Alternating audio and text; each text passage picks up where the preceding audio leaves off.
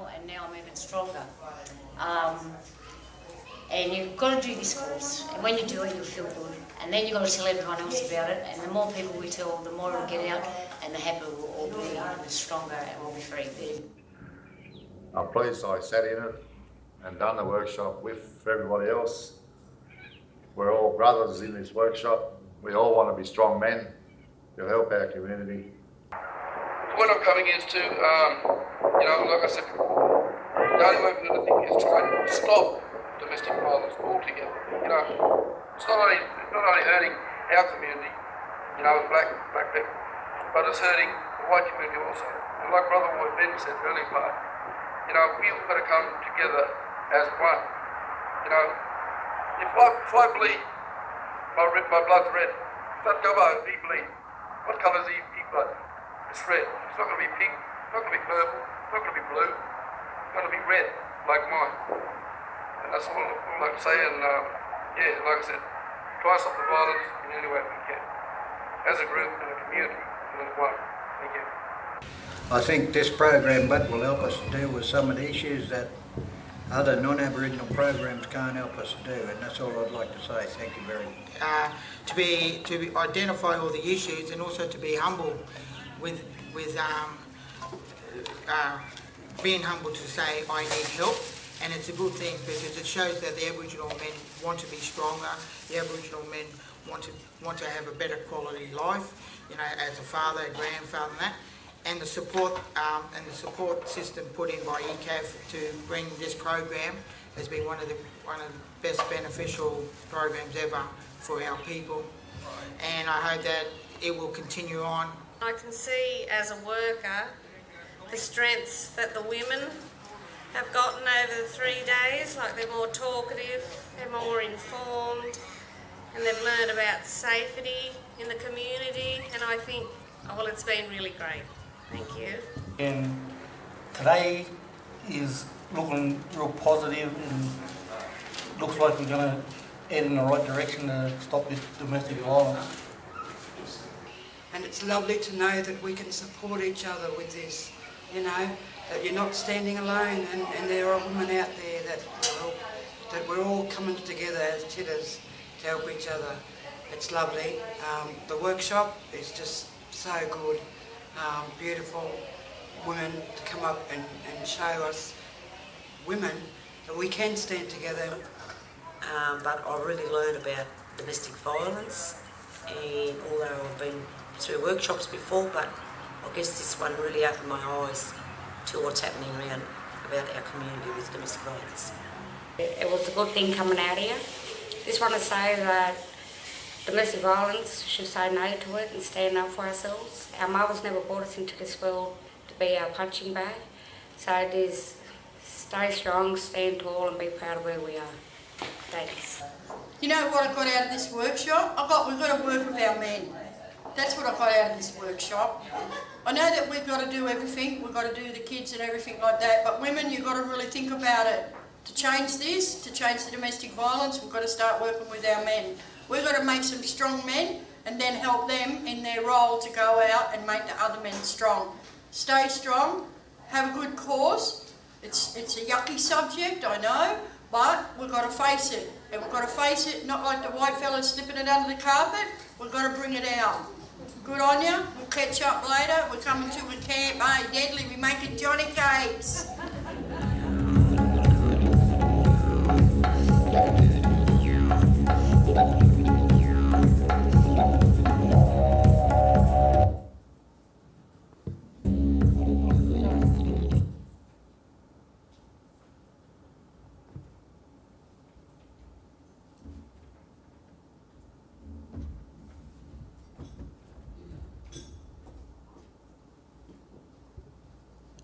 Hello everybody, I'm Jo Campbell. Sorry about the delay there.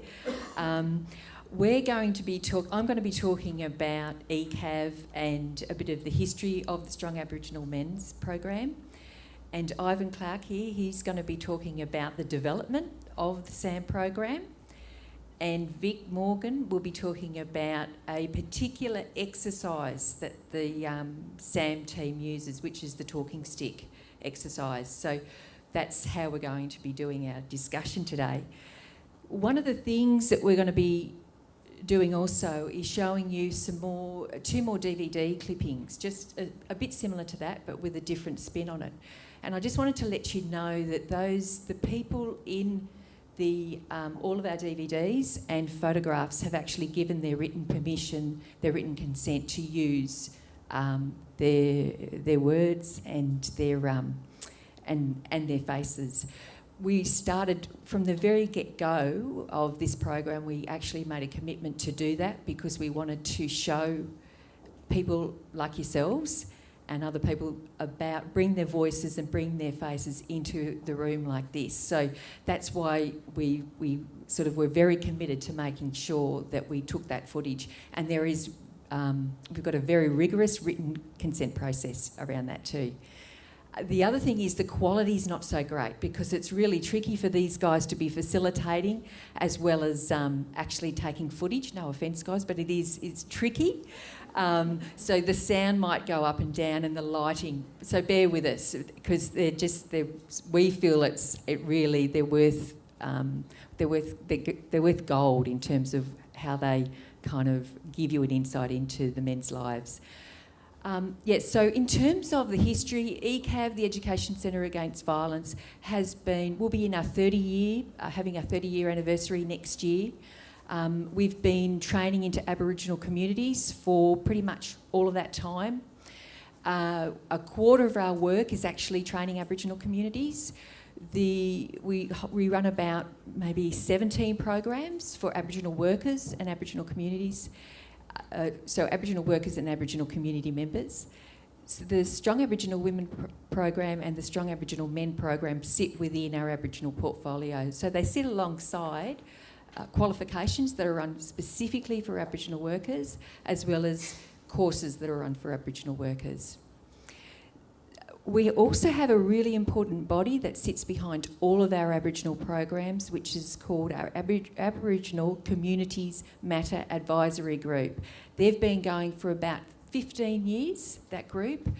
These guys are members of the group. We have some very strong Aboriginal men and women in that group. We also have New Street Services from New South Wales Health. Dale Tolliday is here. He sits on ACMAG as well. Basically, the idea of ACMAG is to make sure that they actually guide ECAV and particularly guide ECAV Aboriginal programs. So we listen to them around what needs to be developed. And basically, the Strong Aboriginal Women program and the Strong Aboriginal Men program came from them, that was driven from them. Just in terms of the Strong Aboriginal Women program, that actually began in 2008. Women were telling us that they needed a space to talk about their own histories of trauma, their own issues around safety. They needed a space to heal and to understand that in order to be better people, better mothers and better community members. Then as we developed that program that went around, and I'll show you some of the locations, they started saying, just like that woman at the end in the DVD, they started saying, well, what about our men? It's okay for us to hear about this and it's really important, but we need our men to actually hear some of these messages. But we need them to have a different program, which kind of relates to some of the discussions that we're having this morning in terms of the separate spaces for men and women. So we listened to the women. We also listened to ACMAD because they were already echoing that sentiment. They already wanted us to develop an Aboriginal men's program, and so that's when we began to develop that, that was probably in around 2010. So these programs, particular programs, have been going for about 6 years. So I just wanted we couldn't all be here. There's a lot of people behind these programs, but I wanted to bring some of their faces into the room. This is our Strong Aboriginal Women's team. Pam Greer, Lynn Mitchell, Rowena Laurie and Virginia Elliott. Pam Greer is an elder she's a respected elder across many Aboriginal communities. She's been probably at ECAV for the time that ECAV, almost for the last 30 years, and delivering programs into Aboriginal communities, specifically around domestic family violence, for that length of time. So back then, when it was actually unsafe to go to communities to talk about these issues, Pam was pretty much leading that work. So that's the women's team. This is the men's team. We've got a gorgeous looking photo of Vic and Ivan there, as well as our two other members that couldn't be here, Hector Terrere and Lee Murphy. They make up the Aboriginal team, a strong Aboriginal men's team. One of the questions or comments I had outside when we were getting morning tea was the thinking about the amount of work that it takes to build up a strong Aboriginal men's team. It had taken us, and the women's team as well, but in particular the men's team, it had actually taken us quite some time to find men who could do this kind of work and who were prepared to do this kind of work. And then when we found them, often they'd actually go off and do better things. So we had to keep trying. That process actually took place maybe for about 3 or 4 years before the team was established in around 2010. So, and I wanted to also say that the teams that we do have, they have particular skills in domestic family violence, in sexual assault, and in talking about these issues with Aboriginal communities. They're specific, they are a specific set of skills. We not only talk about the issues and raise awareness and educate, but there's also what people were talking about this morning in terms of a psychological or therapeutic component to the work. So they have to be skilled in actually taking disclosures of past trauma or current trauma. And they're also skilled in engaging the men and the women around community action, around what are they going to do to to make sure that the community are well supported and to drive awareness within the community. So that's kind of a threefold purpose. But just in terms of the team, the Strong Aboriginal Men's team, the people that I've just got underneath here, Tony Fiske, Dale Tolliday, Simon Monk and Brenton Law, they are non-Aboriginal men who actually support the development of the curriculum for Strong Aboriginal Men, but also support these guys in terms of in order to be able to do the work. They'll probably say that it's very rewarding work, but it's also very hard work. And a good support mechanism is really important for both the Strong Aboriginal Men and the Strong Aboriginal Women's team. And ECAV are very committed to making sure that we sustain that support that sits behind them. One other thing in regards to the specific rollout, say, of men's and women's business around talking about DV and sexual assault, we've actually had to do a lot of work in building communication between the women's and the men's team. It hasn't been an easy road. We have had to talk about some of those things that Michael Flood was talking about this morning in terms of the attitudes around violence, how feminist ideas actually play out within Aboriginal communities. So we've actually had strong dialogue. I believe we're at a point where we've built a lot of trust between the two teams, and we've come to a place where we now have a code of conduct where both teams have come together and are willing and committed to standing strong against gendered violence. They're also willing to adopt a team approach. So that means if there are any negative attitudes about women or children or violence that are raised within communities, they need to come back and share that across both teams. If there's any incidents of violence or child protection issues, they also need to share that as well. And that's a really important process if we're going to have gender-specific programs. The communication across both is imperative. Just a quick visual on the communities that we've been in, both in Strong Aboriginal Women and Strong Aboriginal Men. As you can see, well, you might not be able to see so clearly, but there's women's is in red and the men are in blue. And basically, we've been into 16 communities with strong Aboriginal women and 17 communities for strong Aboriginal men. You'll notice too that many of those communities are similar. Often what's happened is the women have gone into a community, run the Strong Aboriginal Women's program over a series of months, then the men hear about it, or the women talk to the men about it, and then we get another request for that community from the men, or vice versa. If the men go in, then it goes through word of mouth and the women start saying, well, I want that program too. So that's pretty much how it's worked. This is just a breakdown similar to the previous map, but this is just strong Aboriginal men. The reason why we wanted to show you this is it gives you sort of a breakdown of the numbers. In total, the men have trained 194 men across all of these communities.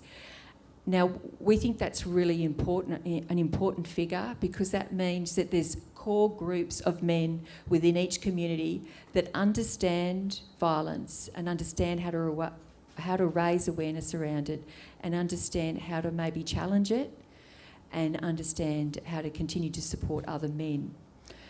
The numbers that aren't up there are the hundreds of men that Ivan and Vic, as well as the other Strong Aboriginal Men's team, have gone out to actually deliver presentations.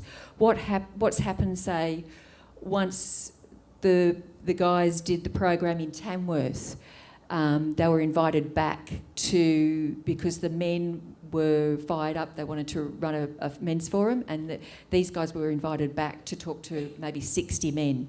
That was last year or the year before. And then this year, the men in Port Macquarie heard about the Yamana men at Tamworth, and they wanted to do their men's forum up at Port Macquarie. So they invited these guys back, both Ivan and Vic, to run a series of workshops. There was about 150 men there around these issues. So we're looking at over maybe 500 men that these guys have gone back to the communities to help them run forums that do something similar to what SAM does, but to basically get them engaged in SAM. We haven't had to, one last thing and then I'll move on. Moving on to Ivan. We haven't actually had to promote or advertise. What's happened is it's been word of mouth. Once the guys started in Toomala, then that pretty much set off the other guys in Moree, Inverell, Tamworth and Walhallow. They heard about it. So we had a cluster of men happening maybe 2 years ago, of Strong Aboriginal Men's programs happening about 2 years ago. When they delivered in Wilcannia, men down the river at Menindee said, well, we want this program too. They heard about it. They heard that it was really good. So that's how we got that program going. In the last year or so, we've been up around Tweed Heads, and that's kind of resulted in Yamba and Casino, and next year the first community on the calendar will be Ballina. So it's word of mouth, and I think that speaks a lot for the program. Okay, that's me. Thanks, Joe. I'm going to walk around because I'm a little bit nervous. My name's Ivan Clark. I'm a Barkindji man, which is up there, Wilcannia. That's my traditional country. The SAM program came about as a result of the need for the women in communities identifying that there was lots of programs available for them and there was not much at all available for Aboriginal men. So myself and Eric Hudson and another man by the name of Tony Pearce, who was not able to stay on with us, we came together at the invitation of ECAV, and we journeyed up to Toomala, and which is up on the Queensland border, and this was a community at one point. There was the rates of child sexual assault in that community were just horrendous. It was a key community highlighted by the then Wood Royal Commission as a result of the Wood Royal Commission, that there needed to be more work done in that community. But it was also high rates of domestic violence. So we journeyed up there to do a consultation with the community and to sit down with them over a couple of few days and just yarn to them about what a program might look like and how it might sound and how it might present itself. It turned out that Eric and I took on the responsibility of designing the program on behalf of ECAV, and we had a whole lot of criteria that we had to meet. So first of all, what we had to do is work out how do we build rapport with the community, and how do we do that. So we implemented a phase of doing a consultation, and that can be 2 to 3 days. Primarily it's 2 days. So what we do is we sit down, we go around, we introduce ourselves to the service providers, to the elders, the men and the families in the community. We let them know who we are, where we come from, what we represent, what we want to do, and we invite them to think about whether or not they want the program there. And then what we do is we wait for a response. We find an auspicing service within that community, and it could be any service at all.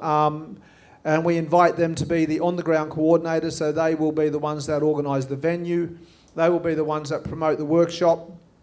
Also get the men engaged, assist with transport if it's required, promoting the workshops, and any other issues that may come up, like if there's sorry business within the community, it's their responsibility to let us know in advance, or as soon as possible, so we can arrange to either defer the program or to hold off until such a time as it's more suitable. So the auspicing service liaises with us. We go in and we present the program at a set of dates that's negotiated with the community, and we have a set agenda with the program, set sessions that we cover. The first session, or first Strong Aboriginal Men's program, is about looking at the kind of traumas that Aboriginal men have been subjected to as a result of colonisation. We identify what trauma is, how trauma affects their lives and the lives of their family, their community. We look at how, the different types of trauma that there is, and certainly we do a lot of exploration into colonisation, the effects of colonisation and the disempowerment that colonisation has had on Aboriginal men in their roles and their responsibilities and their status within their family and within their communities. And that's really important, because when we've explained that to men and we've expressed that, we start seeing pennies drop. We start seeing how they are identifying as not having a position even within their own selves as a result of all this disempowerment. And through that we explore what is trauma, we explore what is Aboriginality and their identity. We use a wonderful resource that has Bob Randall's story. Bob Randall is a man from the traditional countries of Uluru, and the DVD that we use is called Kanyini, and it explores the 4 concepts of being an Aboriginal person: belonging, spirituality, land and family. And so we look at those 4 concepts. We invite the men to look at those, to explore those. We look at what our roles and responsibilities were prior to colonisation, how those roles and responsibilities have been removed, and how we can reclaim roles and responsibilities in a modern context. So that's the first workshop. We introduced the idea and the concepts of healing in that workshop. Then in the second workshop, 3 days, what we do is we start talking about that. In workshop 1, we also talk about the issues presenting for the individuals within the communities, but we also, and the families, but we look at the communities themselves. What are the issues and concerns within that community? So we're talking about things like drug and alcohol abuse, unemployment, racism. We're talking about domestic and family violence, child sexual assault. We're talking about interpersonal violence. We're talking about all the things that happen within those communities that further exacerbate the disempowerment of those communities. But we want to always bring it back to identifying what kind of roles and responsibility can the men play in reclaiming safety for women and children within their communities, building self-esteem and building self-confidence. We highlight that in those sessions that domestic and family violence and child sexual assault are really quite prevalent within our communities as a result of the disempowerment. And we explore the effects of those behaviours. In SAM 2, we focus specifically on CSA, and we focus specifically on domestic and family violence. And we break it down. We show DVDs, and we get the men to do group work. We divide them up into groups, and we do group work with them. We explore the effects and impacts of CSA, domestic violence. We have disclosures as a result of that. We have disclosures about men growing up in DV or family violence or in interpersonal violence in their communities, and we look at the effects of that, knowing that they're holding what trauma is already, how a trauma sits in their life and how that affects their attitudes and their behaviour. We journey with them through 3 days of exploring the effects and impacts of CSA and family and domestic violence on them. And then whilst we're doing this, we're also building their strengths and their courage. We're identifying their achievements as men, their capacity to survive what has been some horrendous treatments of human beings that's taken place within our communities. We're talking about stolen generation. We're talking about high rates of incarceration, suicide, self-harm, and so many other issues that present. So we're also identifying their strengths and their attributes and identifying their good men as well. And also we have, whenever we run these workshops, we know that we're going to have perpetrators in there of DV and CSA and family violence. In regards to the CSA, what we do is we make it so uncomfortable that the perpetrators will often excuse themselves. But with the DV and the family violence, we're saying to those men, don't leave, stay here, learn about it, understand. We'll support each other and we'll help you to support each other so as that you can actually find another pathway to dealing with the issues that are presenting for you as an individual, but also help you to find a pathway to help you to work with your community to build strength and capacity to deal with these issues within your community. In the third SAM, Strong Aboriginal Men's Workshop, our focus is on about building that capacity, looking at the things that they've learnt and then inviting them to be able to either A, formulate a men's group, B, to utilise and access services and what's involved with accessing those services that may be in their, and I say maybe in their community because some of the communities don't have access to these services, but finding ways, strategies and processes or programs that they can put in place to support each other. But what we really want to do is look at the men reclaiming their roles and responsibilities around providing safety for the women and children in their communities and to be able to do so in a manner where it's collective, journeying with the women in building that safety for the women and children, and doing it in a way that's respectful, supportive, but also having accountability and responsibility and possibly restitution back to those communities so as that in the case of a man who's may have changed his way 5 years ago, who's no longer drinks, no longer drugs, done some time in jail, comes out and goes, I don't want to do that anymore, but the victims still hold that. The town, the community still hold the memory of what he's done. He may have changed, he may not be doing those things anymore, but has there been restitution? Has there been accountability and responsibility for his actions? Has he identified the effects and impacts that he's had on not just the life of his partner, but maybe the life of his children and overall on his community? So we explore that. We have sometimes really confronting conversations. And what we do when we create that environment where the honesty can be spoken, the truth can be spoken and men can express their thoughts and feelings, those conversations don't become aggressive. They actually become really calming, really soothing. The men, there is much desire to want to change. There is much need and will to want to stop certain behaviours and the bad behaviours that are taking place in communities. And so when the men are provided with an environment where they can do that, they embrace it. They desire it, they want it, they come back, they show up, they're there early before we've even got there and set up, and they're annoying us while we're trying to set things up because they want to tell us their stories and they want to chat, and then you can't sit down and have a quiet sandwich at lunchtime or a cup of tea because we're constantly engaged with them. We have to be aware of when we go out and have dinner at night or where we go, because seeing the men in the communities, we can often become the sounding post for them to want to talk about something that they may not be certain about talking about within the group. We have some incredible outcomes. We've up the top you'll see just some of the feedback that we've had from the men, and we've got photos up of the men receiving their or doing the programs. That particular one back there was the men receiving their certificates. They get a certificate of attendance for coming along. And for every community that we've been to, there's been expression of, when are you coming back?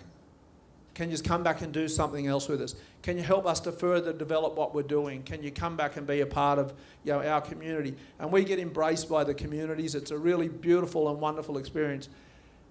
It's a job that you love doing because you actually see, for me personally, I get to actually see just how beautiful Aboriginal men are, just how wonderful they are as fathers, as brothers, as grandfathers, as uncles, as mentors, as leaders, as cheeky buggers, all those things.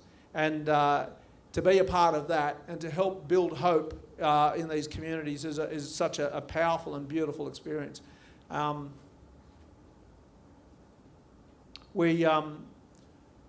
Overall, the men do 9 days of training. We space it at about around a month apart. We don't like to go any further than a month.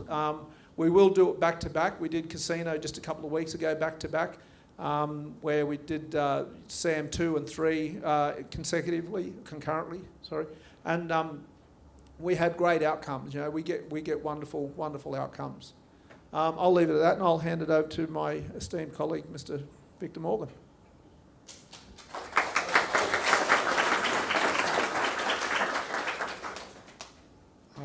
Firstly, I'd just like to say I'm one of the very fortunate men that are able to travel across the countryside and deal with and work with Aboriginal men.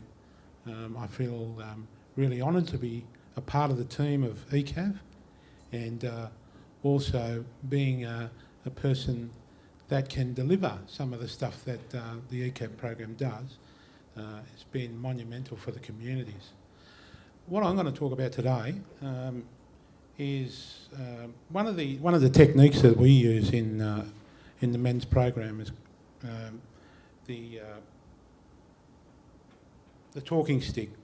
Now, it's a technique we use. What we want to do with the program is the program's essentially to get men to talk to each other. As Aboriginal men, our people have been in a tailspin since colonisation. And trying to get the men to talk and open up with each other is a very difficult thing. So one of the things we do is once we establish our rules and regulations, then we try to get into the boundaries of how we're going to get the men to talk. Now, one of the techniques, as I said, is the talking stick. So we'll sit around in a group, we'll put the talking stick in the middle, and then when men need to talk about one of the issues, they'll pick the stick up. Now, we explain to the men when we do this that this technique is used by the American Indians. So it's from another First Nations, but we've adopted it because it's actually a really good tool for us, so that they understand where it comes from as well. In saying that, you know, once they do this, and they start to open up in the group, the men, which is something that we want them to do, and they're supported by the other men as well. One of the stories that that has come up in the group from the Moree region, one of the most marginalised communities in Australia, was two men that had lived on the mission growing up. They've known each other for about 40 years. They'd bought a house side by side to each other in Moree. They see each other every day of the week, and they pass by and say hello. They were in our group for 3 days, the first workshop. In those 3 days, one of the blokes got up and said to the other bloke, after picking up the talking stick, "I know this man better in these 3 days than I've known him in the last 40 years." So that's what this program's all about. It's about men talking with men, and men gathering that momentum so that we can work alongside women for the betterment of the community and the kids. That's the brief that we have as ECAV and as SAM. It's a very rewarding job, but it's also mentally draining. You know, the stuff that comes up in the community with the men, we need to debrief and download, and that's why we've got people like Dale and Tony there as well, because as strong as we think we are, we do need to debrief about these issues as well. It's not an easy thing to work with our mob, but it's the most rewarding work that I've done for a long time. I'll just explain. This talking stick here is from India, and that's my country. It's Barkindji. I'm Barkindji, by the way, and I just want to, before I go any further, I do want to pay my respects to the people of the Eora Nation, acknowledging that they were the first to be colonised and to be affected by and impacted by the trauma associated with that came with the colonisers. And I'm Barkindji, which is the Darling River. The real name of it is the Barka, and we are the Kinji, the people of the river. And this here comes from Menindee, and this talking stick tells a story. The ochre at the bottom here is the land. It's the red soil out there. The next part is the river and the river gums. The hands on the stick represent the community and the people within the community. And then up here on this section part here, we've got a woman and a baby, and then we've got a man, and then here we've got a young person. And then the two sides at the top here, one represents the river flowing, and the other one represents the lakes of the community. So I take great pride in this talking stick that was made by Jerry Bennett, one of my relatives out there, but also a wonderful artist. And we commissioned this for him and he gave it to us to use across the country or across the state whenever we go. And we invite the men to create their own talking stick. And you would have seen it in the first clip in the one where the Tweed Heads guys had a talking stick and they were passing around as they talked. And you're welcome to come and have a look at this.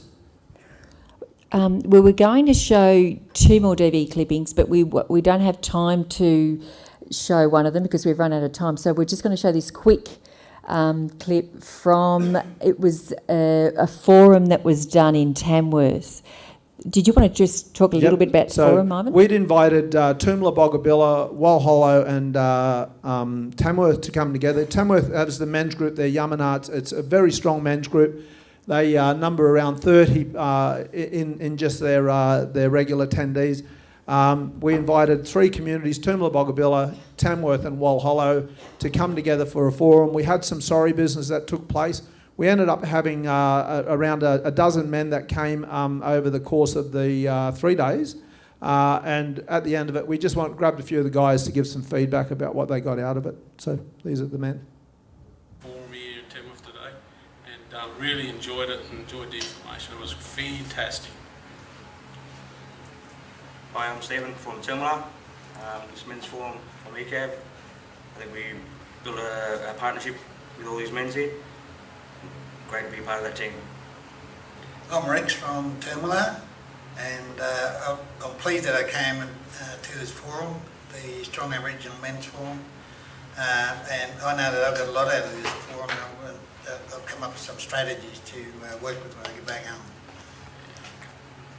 Gary, Yamana, Tamworth. If you're committed to stamping out domestic violence in your community, I recommend you attend one of these workshops. Robert, Yamana, Tamworth. It's good here. Good knowledge here from the boys and good friendships have been forged, so yeah, really enjoyable. Friendships for life. Yep.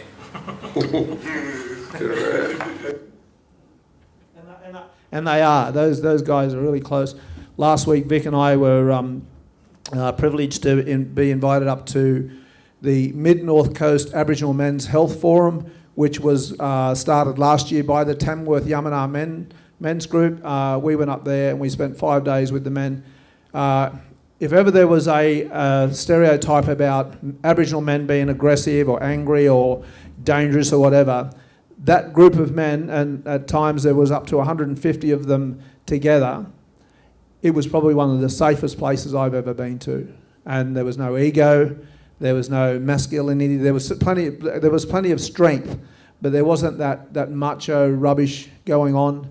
There were all these beautiful men who really care about their communities, who really care about their children and their partners, who really care about what's going on in regards to safety and well-being for their children and the future for Aboriginal people. And they're sick and tired of the high number of incarcerations for Aboriginal people. They're sick and tired of the high rates of suicide that's happening within our communities. They're sick and tired of the fact that communities get a program and it's successful, then it gets pulled out. They're sick and tired of the fact that people are making decisions about their life and their well-being and their future, and they're not including them in those decisions. And we say to them that, you know, if you guys want change, if you want change in your life, if you want change in your family's life or your community's life, then you have to take up that responsibility. And they agree. They know that that's what's the challenge that lie ahead for them, and they want to do it.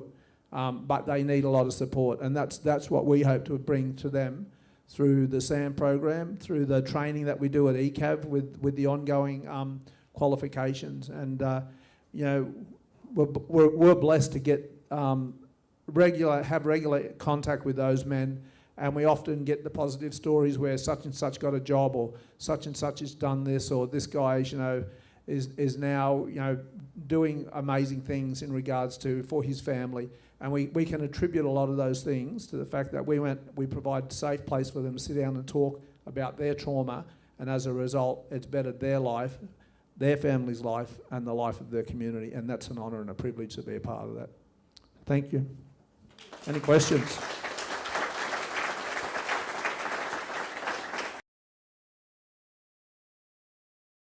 I had actually a lot of questions, but one given time, but the one that I'm really most interested in goes to something, Victor, that you said, which was essentially what we're trying to do is to get these men to talk to each other.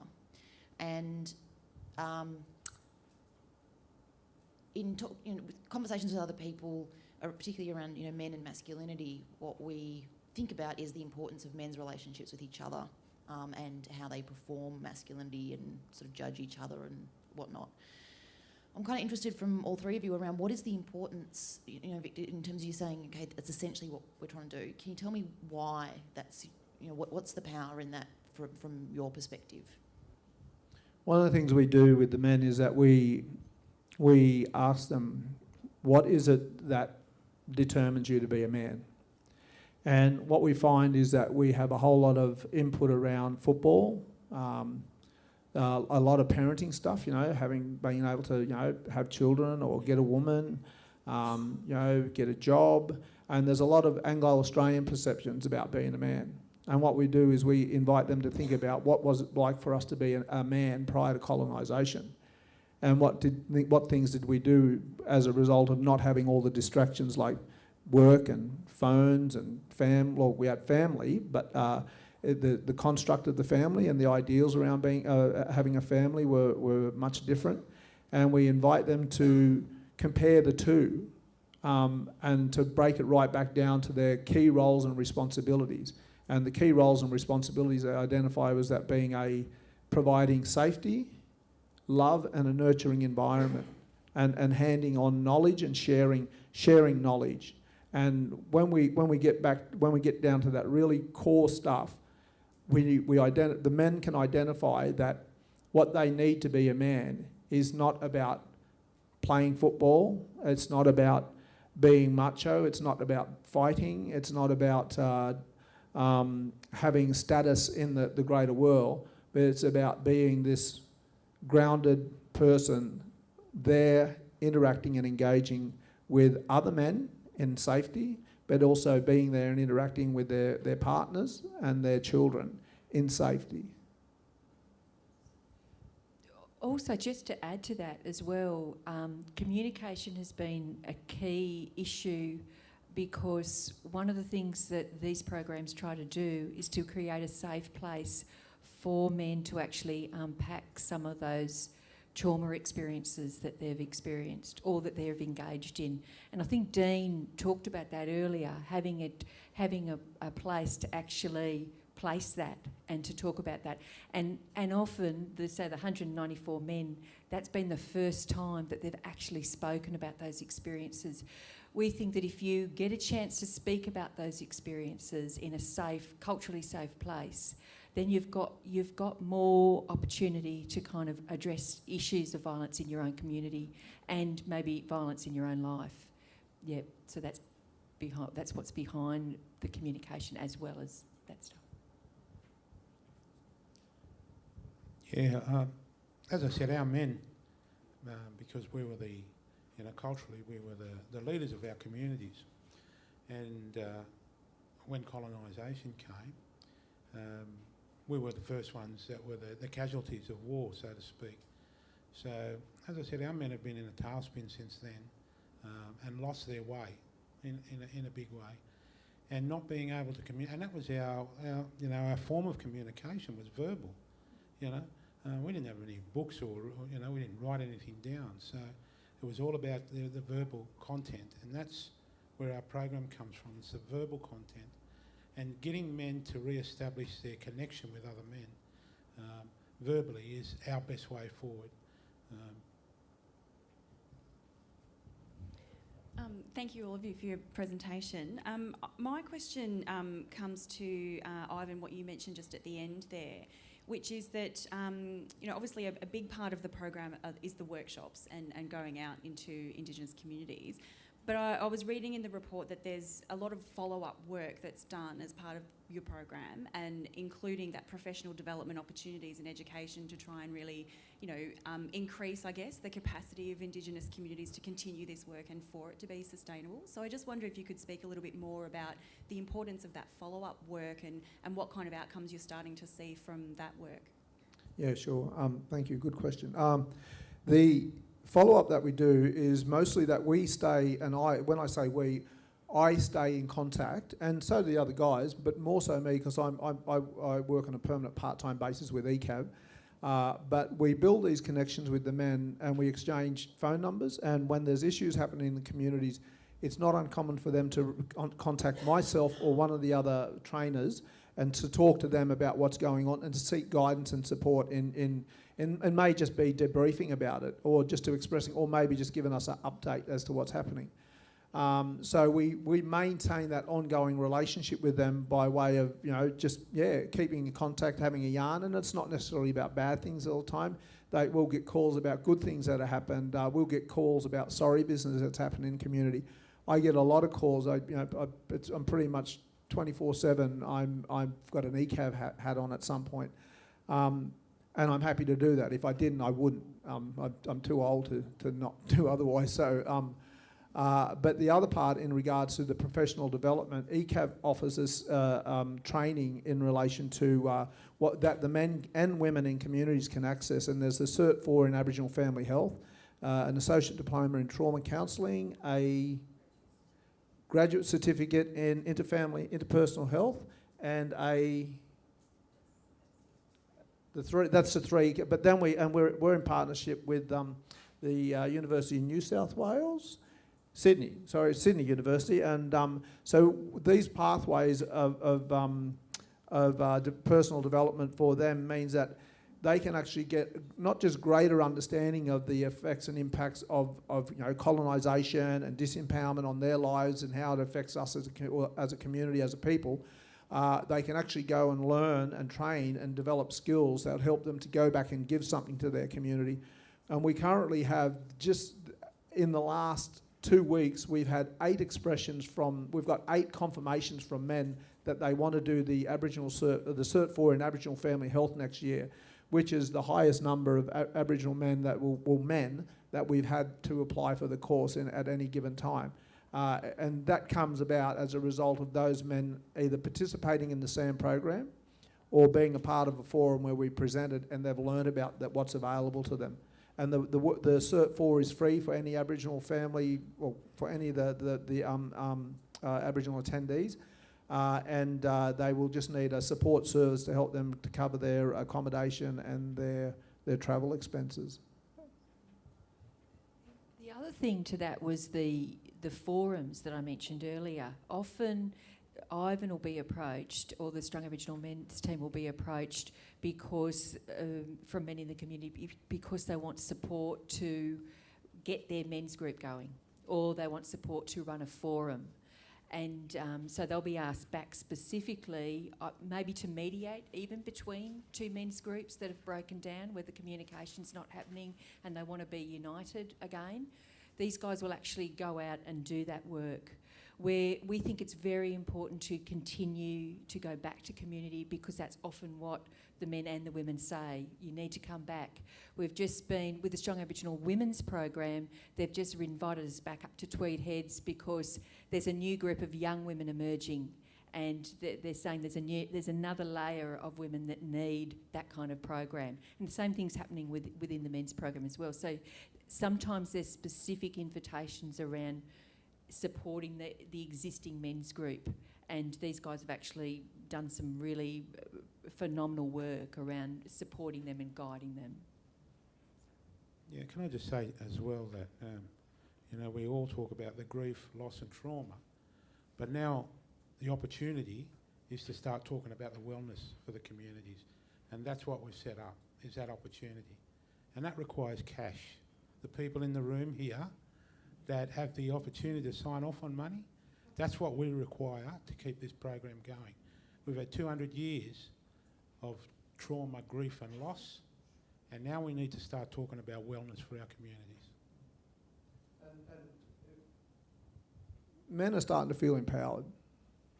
Men are starting to talk, and they're starting to feel that there is change is afoot. It's close, and they're identifying that they have to be play an integral role in that. And for them to play an integral role, it means that they've got to get the education, that they've got to have support, they've got to access the processes of healing. And again, that everything costs money in this society. It's